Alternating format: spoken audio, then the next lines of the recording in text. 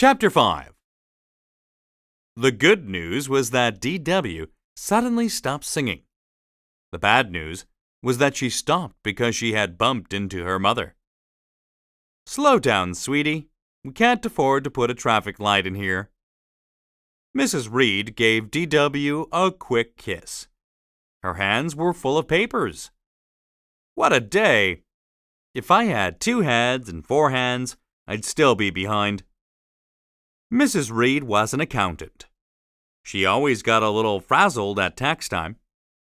"Mom, Arthur's acting a little weird. He brought home a—" "Hey!" said Arthur.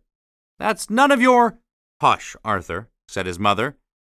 "Not now, D.W. I've got a few calls to make."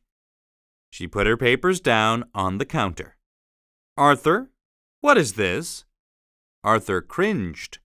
"That?" "Yes, that." She pointed to the envelope and Pal's dish beside it. "On the table." "The table? Here? In the kitchen?" His mother folded her arms. "Yes, the kitchen table. Since when does Pal eat there?" Arthur let out a deep breath. "He doesn't." "Then why did you leave his dish on the table?" She put it down on the floor.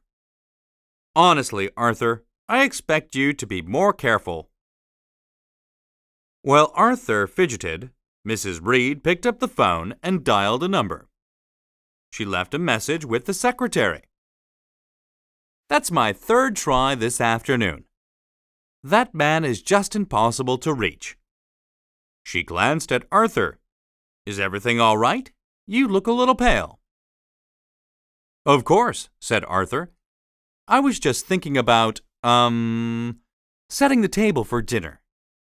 He pulled out some forks and knives from a drawer and began placing them in front of each chair. "Mail call," said Mr. Reed, arriving with a bundle of letters. He dropped them on top of Arthur's envelope. "How is everyone today? Dear, you have whipped cream behind your ear." "Really? I thought I had cleaned it all up." He scraped the cream off with his finger. "I was experimenting with a new dessert." Mr. Reed was very busy with his catering business. "I hope no one was hurt," said Mrs. Reed. Mr. Reed sighed. "Only the pie crust didn't survive."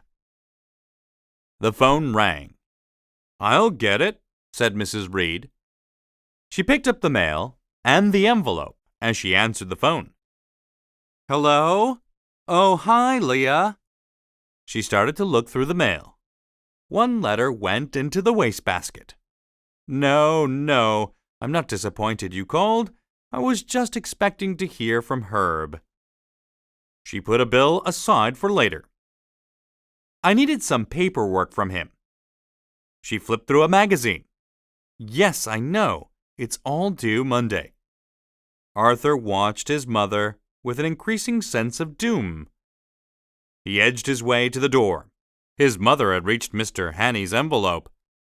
Suddenly, the water on the stove began bubbling over. "Oh, I've got to run," said Mrs. Reed. "Talk to you later, Leah." She hung up the phone and dropped the envelope on the edge of the counter. She turned back to the stove. The envelope teetered for a moment and then fell into the wastebasket. Arthur slumped with relief.